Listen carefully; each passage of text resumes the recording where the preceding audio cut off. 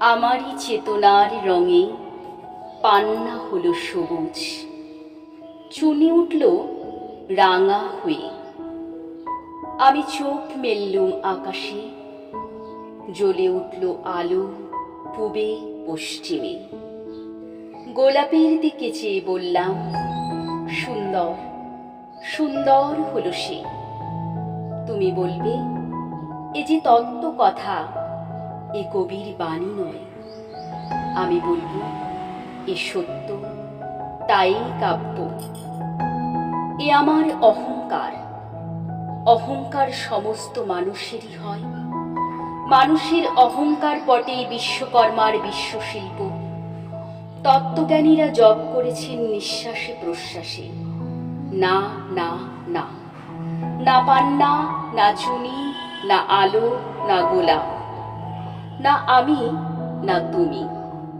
ওদিকে অসীম যিনি, তিনি স্বয়ং করেছেন সাধনা মানুষের সীমানায়। তাকেই বলে আমি। সেই আমির গহনে আলো আধারে ঘটল সঙ্গম, দেখা দিল রূপ, জেগে উঠল রস। না কখন ফুটে উঠে হলো হামায়ার মন্ত্রে, রেখায় রঙে, সুখে দুঃখে। একে বলো না তত্ত্ব। আমার মন হয়েছে পুলকিত। বিশ্ব আমির রচনার আসরে হাতে নিয়ে তুলি, পাত্রে নিয়ে রং। পণ্ডিত বলেছেন, বুড়ো চন্দ্রটা নিঠুর চতুর হাসি তার। মৃত্যুদূতের মতো গুড়ি মেরে আসছে সে পৃথিবীর পাঁজরের কাছে। একদিন দেবে চরম টান তার সাগরে পটপতে। মর্তলোকের মহাকালের নূতন খাতার পাতায় জুড়ে নামবে একটা শূন্য, গিলে ফেলবে দিন রাত্রি জমা খরচ। মানুষের কৃত্তি হারাবে অমরতার ভান, তার ইতিহাসে লেপে দেবে অনন্ত রাত্রির কালি।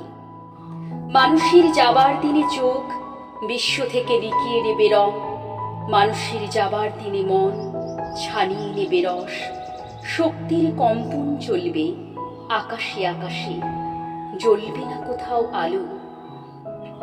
বিনাহীন সভায় যন্ত্রীর আঙুল নাচবে, বাজবে না সুর। সেদিন কবিত্বহীন বিধাতা কি রবেন বসে নীল মোহিনী আকাশে, ব্যক্তিত্ব হারা অস্তিত্বের গণিত তথ্য নিয়ে একটি বিরাট বিশ্বভুবনে।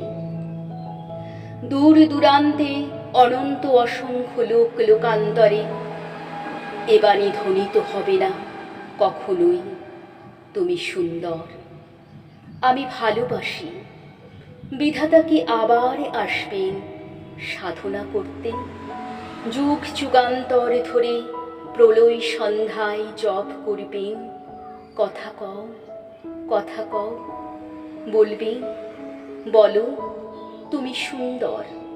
বলবে, বলো আমি ভালোবাসি।